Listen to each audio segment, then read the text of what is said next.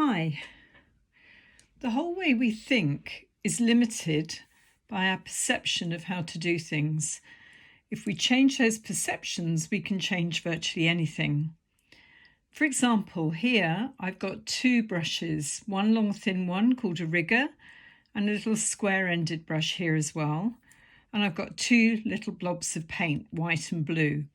I've chosen those colours so they show against my skin. I've dampened both my brushes.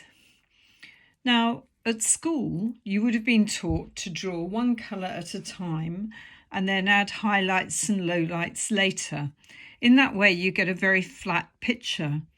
But if instead we lay on this nice long thin brush one colour on one side and the other colour on the other, we've now got two colours on the same brush, not mixed together, but completely separate. In this way, we can end up with a far more real looking picture because in reality, nothing is one flat colour.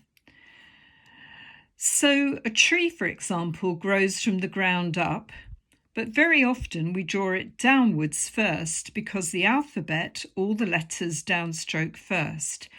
So we're going to start this tree from the ground where it would have grown from, and we're going to rise up slowly. And as we do, we come up more and more and more onto the point of the brush, and we get thinner and thinner lines with two colours. We're then going to come up again, almost as if we're coming back up the motorway, no more paint, and up for the next one.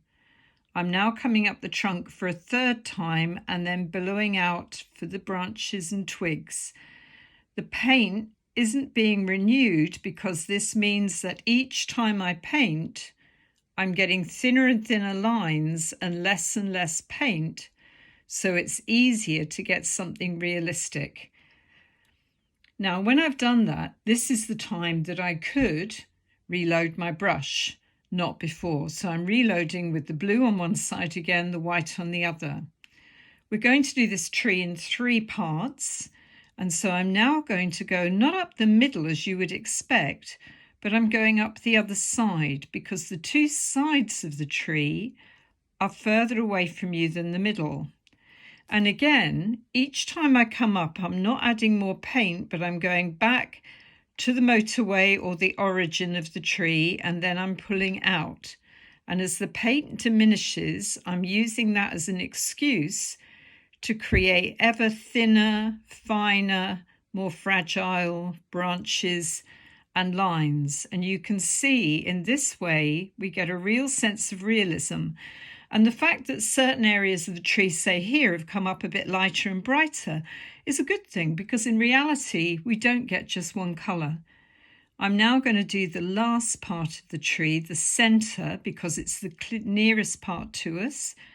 And I'm coming up again from the ground, the same direction the tree grew, two colours again, and these branches, yet again, will begin to lay in front of all its previous ones.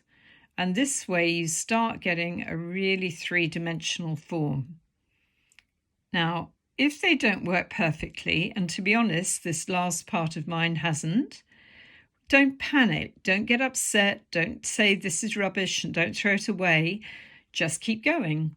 So it still looks pretty good, I think you'd agree. It's pretty tree-like, it's got depth, it's got 3D, it's got light and shade. So we're going to keep going with it because nature is never perfect anyway in terms of everything being balanced and symmetrical. That's the view we have as a child almost, of everything beautiful to be symmetrical, whereas in fact nature is stunning and yet rarely symmetrical. Now this time I'm using the square brush and I put white on one side and blue on the other. Light shines from above, so I'm going to start at the top of the trunk.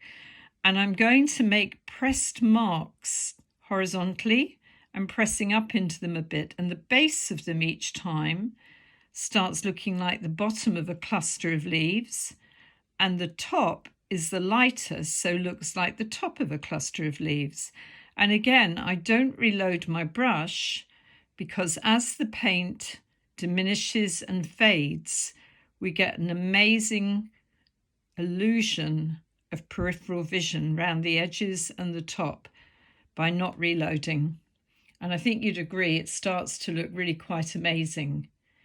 Now, if I use that same brush with no further paint and press up at the bottom, white up, blue down, we end up with this incredible tree in just 4 brush strokes, really 4 loadings of paint.